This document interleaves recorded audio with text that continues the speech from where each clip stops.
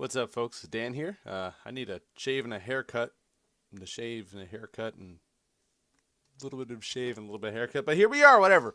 A little shaggy. That's cool. No problem.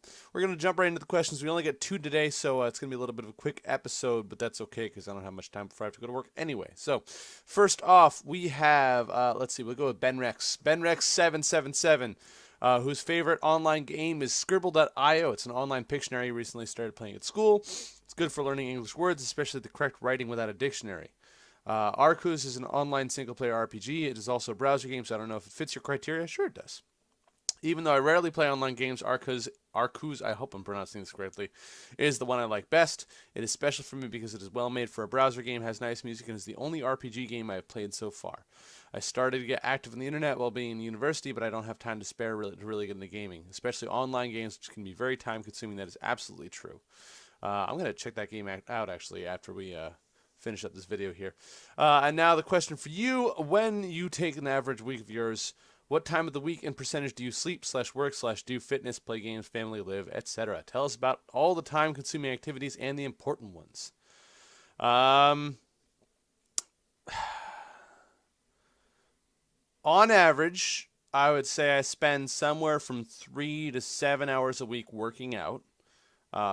Should be close to the 7 end of the spectrum, but I've been very busy lately, so I've not had time to work out as much as I'd like. Sleeping, again, not as much. I probably average about 6 hours a night, but there's one night a week because of my work schedule that I get like 2 hours because I have to wake up and be like conscious after I get home from work. I work from 4 p.m. to 4 a.m. at my day job, well, my night job, for 4 shifts a week. So that's 48 hours a week on that. I probably spend another 5 hours or so on average working on my dojo. Um, and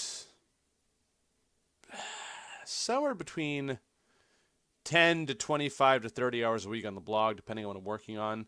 A little extra time work on landscaping in the fall and spring and summer.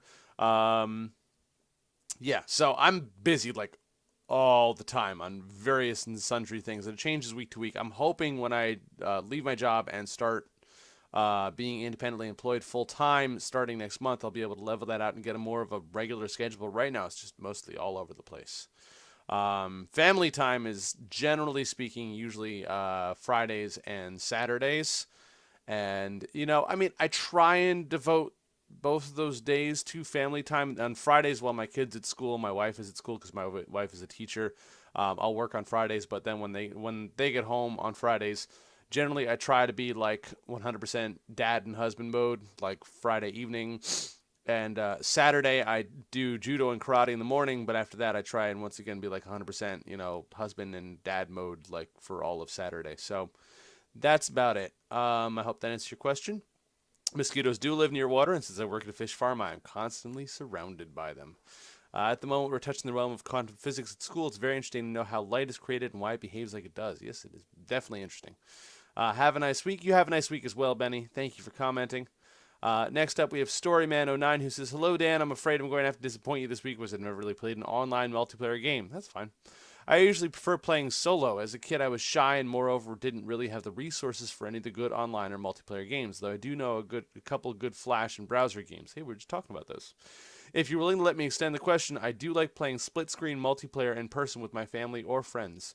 Played the original Star Wars Battlefront 1 and 2 on PlayStation 2 with my family, as well as Killzone and later on PS3, the zombie mode for Call of Duty Black Ops.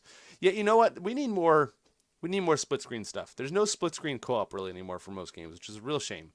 And I'd be willing to take a performance hit on some games because I know that the limiter is emulating two screens at once is frequently the limiter for high def games. But I would be willing to take a performance hit in order to have split screen, co-op and multiplayer and stuff once again in games because I feel like we've really done away with.